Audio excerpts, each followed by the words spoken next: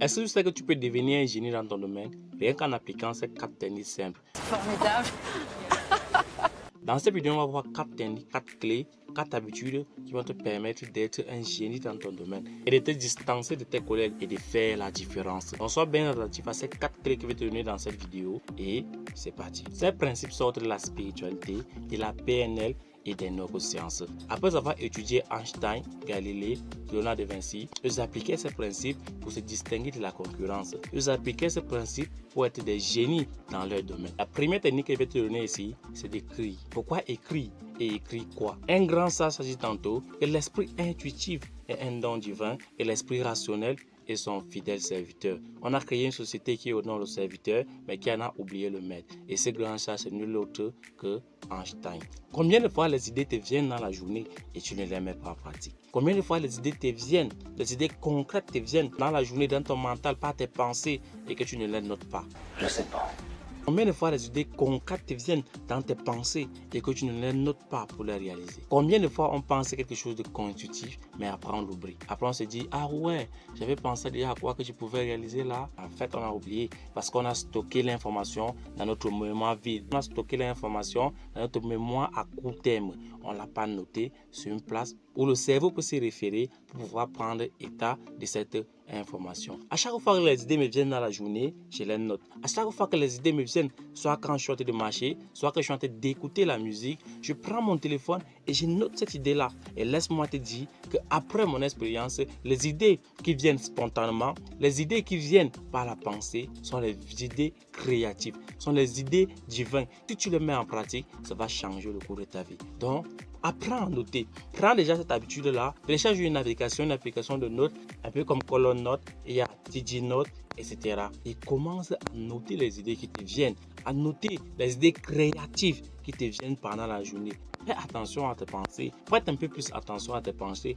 Prête un peu plus attention aux idées créatives qui te viennent pendant la journée. Parce que ce sont les idées-là qui peuvent révolutionner ton monde. Ce sont les idées-là qui peuvent te distinguer de la concurrence. Ce sont les idées-là qui peuvent te distinguer dans la société. Donc, commence à noter quelque chose. Télécharge une application cellulaire dans ton téléphone, une application de notes comme Color Note ou encore TG Note. Commence à écrire, note tout ce qui te vient pendant la journée. Et tu vas voir le changement qui va survenir quand tu vas mettre en place cette idée. Tu vas te dire, ah ouais, donc j'ai la solution aussi depuis, mais je ne le mets pas en pratique. J'ai la solution aussi depuis, j'ai cette solution créative depuis, mais je ne le mets pas en pratique. Tout simplement parce que tu n'as pas prêté attention à ton intuition. Tu n'as pas prêté attention à tes pensées. La deuxième habitude à avoir ici est l'habitude à prendre des initiatives, est l'habitude à prendre des décisions. M'a décidé.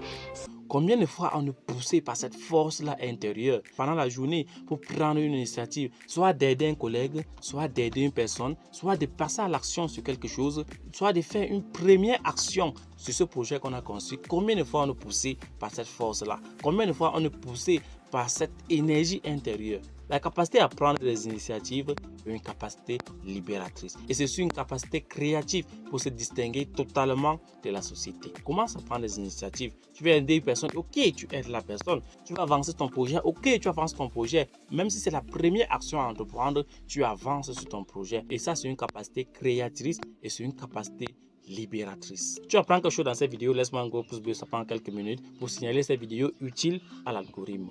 Et on continue avec la troisième clé. La troisième habitude que je vais te donner ici, la troisième astuce qui façonne les génies, la troisième clé qui va te changer la vie, c'est l'habitude de ne pas se plaindre.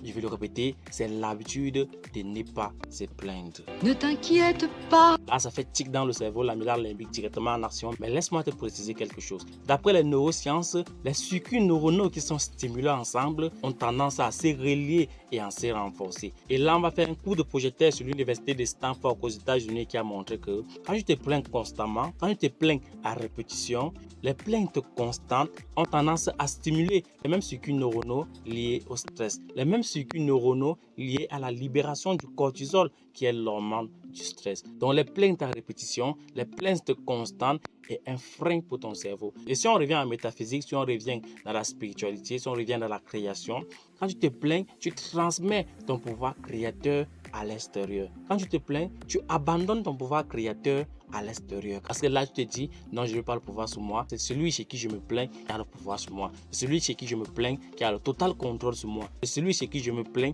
qui a le total contrôle sur ma vie. Donc, le fait de ne pas se plaindre est un pouvoir créateur. Le fait de ne pas se plaindre est un pouvoir libérateur pour le cerveau. Le fait de ne pas se plaindre est un pouvoir de renforcement pour ton cerveau qui va venir se renforcer le cortex préfrontal, qui est la partie qui te permet de prendre les décisions. Et comme on l'a dit tout à l'heure, les décisions sont indispensables dans la vie d'un génie. Les décisions sont indispensables pour se distinguer de 99% des gens. Tu te rends compte un Léonard de Vinci se plaindre, tu te rends compte un Thomas Edison se plaindre, tu te rends compte un Henry Ford se plaindre. Oui, bien sûr, ces gens-là venaient d'un autre univers, mais j'ai tendance à croire qu'ils venaient de la Terre. J'ai tendance à croire que c'était les mêmes gens que nous. J'ai tendance à croire que c'était les mêmes gens avec peu d'outils à leurs mains que toi et moi en ce moment, mais qu'ils avaient juste décidé de ne pas se plaindre. Qu'ils avaient juste décidé de décider. Qu'ils avaient juste décidé de prêter un peu plus d'attention à leur intuition. La quatrième habitude qui va te donner ici, qui va façonner ton génie, est l'habitude d'être stoïque. Est le fait d'être stoïque. C'est-à-dire de ne pas se référer aux réactions extérieures, ne pas se référer aux réactions des autres, de ne pas se référer aux humeurs des autres. Bien sûr, je ne te dis pas ici de ne pas prêter attention aux autres, ce qui est très faux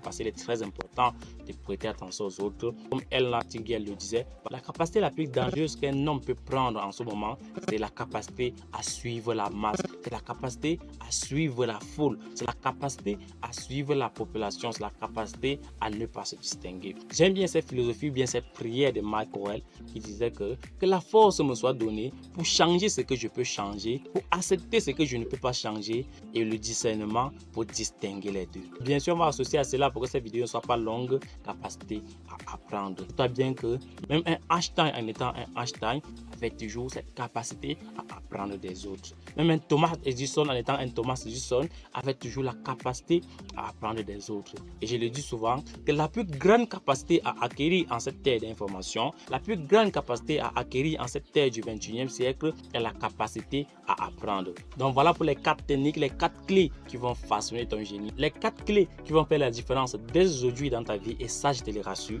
Les 4 clés qui vont te distinguer de 99% de la population. Les 4 clés qui vont changer totalement ta vie si tu les mets en pratique. Si tu as appris quelque chose dans cette vidéo, laisse-moi un gros pouce bleu et n'oublie pas de t'abonner pour recevoir nos vidéos de transformation, des vidéos qui vont transformer ta vie, que ce soit ta vie personnelle, que ce soit ta vie professionnelle, et des vidéos qui vont te distinguer de 99% de la population. N'oublie pas de me laisser ton avis dans les commentaires. Dis-moi parmi ces 4 clés, quel est ce que tu as appliqué déjà et quel est ce que tu as commencé à l'appliquer dès maintenant, dès avoir fini cette vidéo, parce qu'il est prouvé que l'information qu'on a reçue et qui n'est pas mise en pratique devient usée après 21 jours. Donc mets rapidement ces 4 clés en pratique pour que ton cerveau assimile cela rapidement. Et comme toujours, c'était Alpha Sylvain. Soyez éveillés et conscients pour un monde meilleur.